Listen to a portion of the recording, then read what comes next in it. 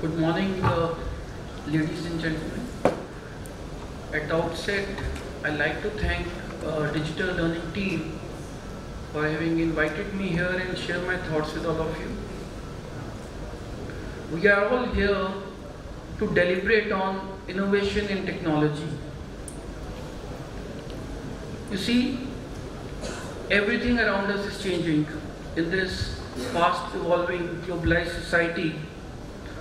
If we talk about aviation, to communication, to automobile, to space, retail sector, you don't need to go to markets for any of your requirements.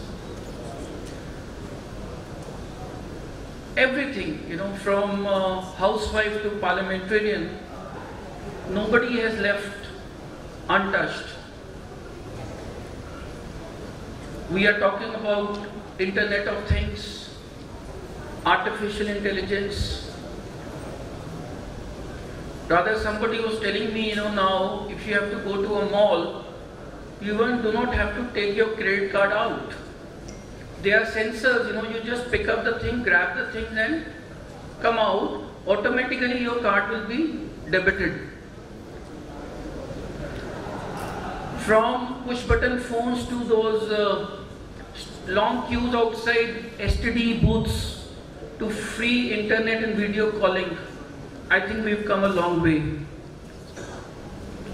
If we make a list of those gadgets and things around us which we do not get to see anymore, I think the list will be pretty long.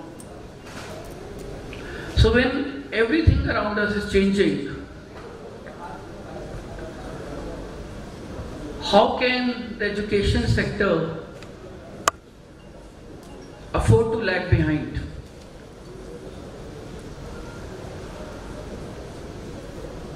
It is said that, particularly in context of schools,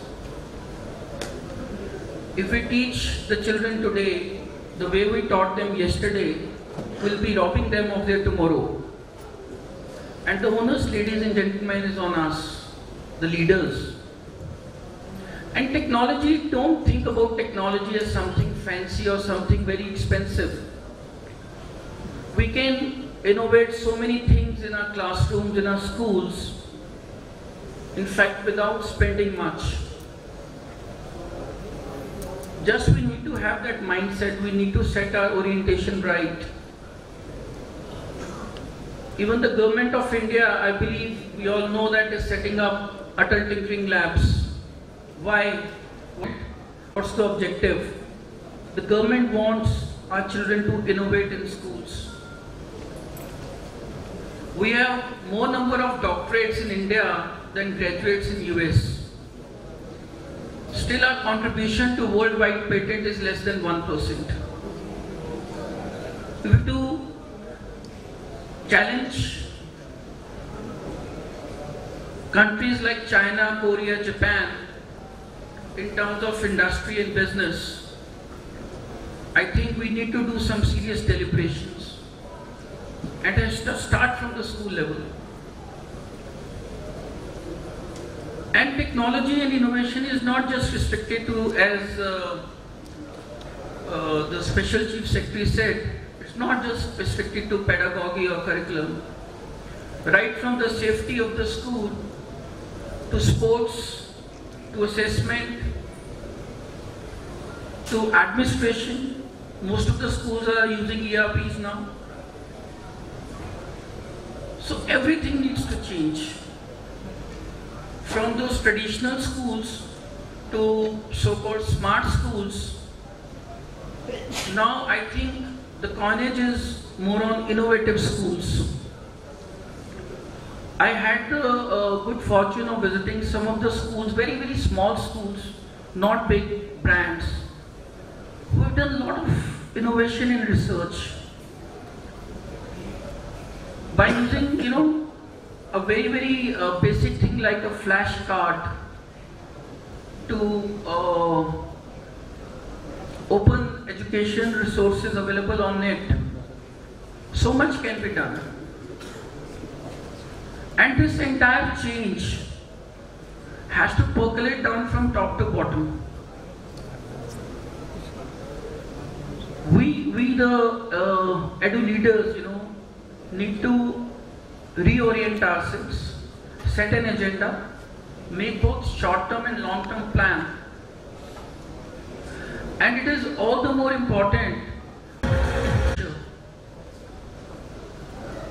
as I was saying, that parents are going beyond their scope to spend on their child's education. Unfortunately, some of them, if not, so they are taking education as if you pay the school to for the fee and whatever charges, and they are expecting a product out of it.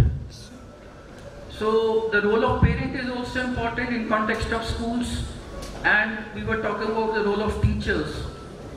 More than equipment, more than smart boards, I think we need smart and innovative teachers, for which also all the schools should have a